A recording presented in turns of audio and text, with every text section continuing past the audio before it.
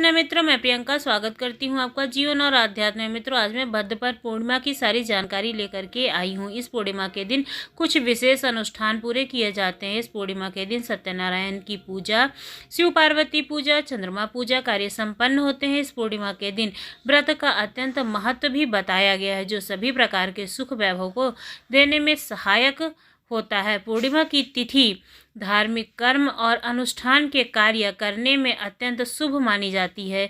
इस दिन को मुहूर्त शास्त्र में भी स्थान प्राप्त है। शुभ मुहूर्त का निर्धारण इस तिथि में होता है, जिसमें बहुत से नवीन कार्य भी करने की बात कही गई है। भाद्रपद पूर्णिमा का समय आइए जानते हैं। भाद्रपद पूर्णिमा 29 सितंबर 2023 को यानी कि शुक्रवार के दिन मनाई जाएगी। सितंबर 28, 2023 को 18:50 से पूर्णिमा प्रारंभ होगी।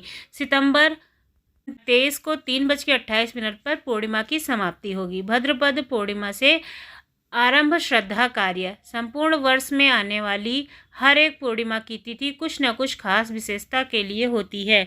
इसी में भाद्रपद माह की जो पूर्णिमा होती है, उसमें श्रद्धा पक्ष के प्रारंभ से 27 पूर्णिमा से प्रारंभ होने वाले श्रद्धा कार्य आश्विन अमावस्या तक चलते हैं। इसलिए भाद्रपद पूर्णिमा को स्नान दान का विशेष महत्व माना जाता है। भाद्रपद पूर्णिमा व्रत पूजा विधि आइए जानते हैं। भाद्रपद पूर्णिमा के दिन विधि विधान के साथ पूजा और सत्यनारायण भगवान की कथा करने से सभी दुखों का नाश होता है।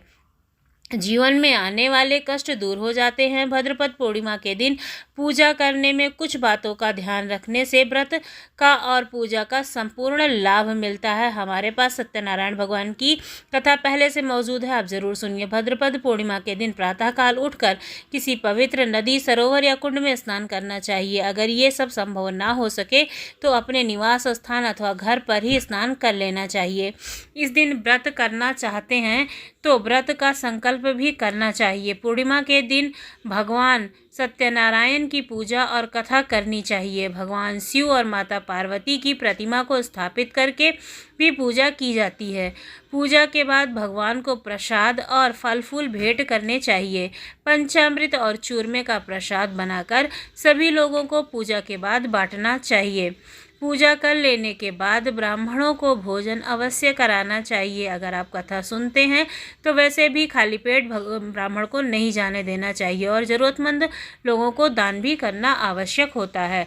भाद्रपद पूर्णिमा व्रत स्त्रियों के लिए विशेष महत्व रखता है। इस व्रत के प्रभाव से संतान सुख, दाम्पत्य की प्राप्ति होती है। भाद्रपद पूर्णिमा का नक्षत्र संबंध। प्रत्येक मास की पूर्णिमा तिथि से ही चंद्र वर्ष के महीनों के नामों को रखे जाने की बात कही गई है।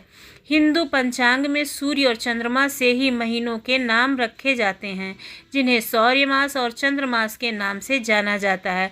कुछ व्रत व त्यौहार सौर मास में मनाए जाते हैं और कुछ चंद्र मास के द्वारा। इसलिए जब हम पूर्णिमा तिथि की बात करते हैं तो उसे चंद्र वर्ष से जोड़ा जाता है। चंद्रमा के साथ ही नक्षत्रों का भी इसके साथ संबंध होता है। मान्यता अनुसार जिस भी मास में पूर्णिमा के दिन चंद्रमा जिस भी नक्षत्र में होता है, उसी नक्षत्र के अनुसार उस माह का नाम रखे जाने की बात कही गई है। इसलिए 12 महीनों के नाम नक्षत्रों पर आधारित होते हैं। इसी क्रम में भाद्रपद पूर्णिमा का नाम इसलिए कहा जाता है क्योंकि इस दिन चंद्रमा उत्तरा भाद्रपद या पूर्वपद नक्षत्र में गोचर कर रहा होता है। जिन लोगों का जन्म उत्तरा भाद्रपद या पूर्वा भाद्रपद नक्षत्र में होता है, उन लोगों के लिए भी यह पूर्णिमा का दिन विशेष महत्व रखता है।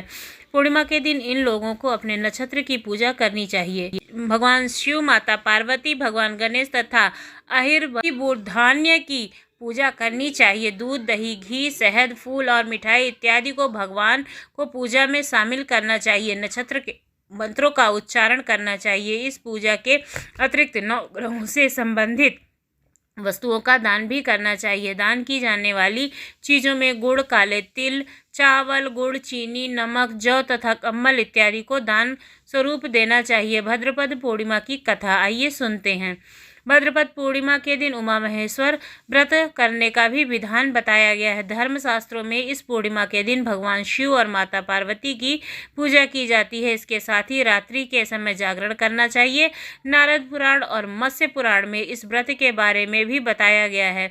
इस व्रत को करने से मांगलिक सुख मिलते हैं, दाम्पत्य सुख प्राप्त होता है। उमा महेश्वर व्रत के साथ ही कथा भी सुननी चाहिए। इस कथा को सुनने से व्रत का संपूर्ण फल मिलता है। कथा इस प्रकार है, आइए सुनते हैं।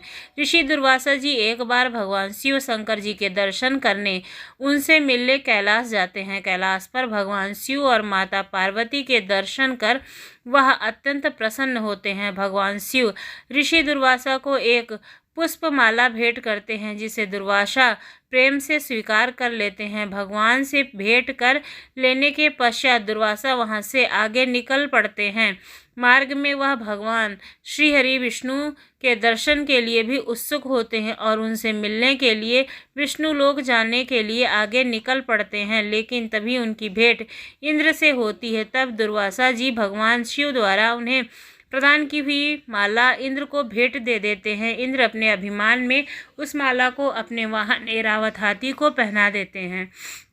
ऋषि दुर्वासा यह सब देख करके अत्यंत क्रोधित हो उठते हैं। उन्हें यह कार्य अच्छा नहीं लगता है और दुर्वासा क्रोधित कर में इंद्र को कहते हैं कि तुमने महादेव शिव शंकर जी का अपमान किया है, इससे तुम्हें लक्ष्मी जी छोड़कर चली जाएंगी और तुम्हें इंद्रलोक और अपने सिंहासन को भी त्यागना पड़ेगा। यह सुनकर इंद्र जी ने ऋषि दुर्वासा जी के समक्ष हाथ जोड़कर क्षमा याचना करी और इस श्राप से मुक्त होने का उपाय पूछा। इंद्र की विनय सुनकर के दुर्वासा जी कुछ शांत हुए और क्रोध शांत होने पर ऋषि दुर्वासा जी ने इंद्र को बताया कि उसे उमा महेश्वर व्रत करना चाहिए, भी वह अपने स्थान को पुनः प्राप्त कर पाएंगे। तब इंद्र जी ने इस व्रत को किया और उमा महेश्वर व्रत के प्रभाव से लक्ष्मी समेत सभी वस्तुएं उनके जो छिन गई थी वो सब प्राप्त हुई। आपको कहानी कैसी लगी जरूर बताएं।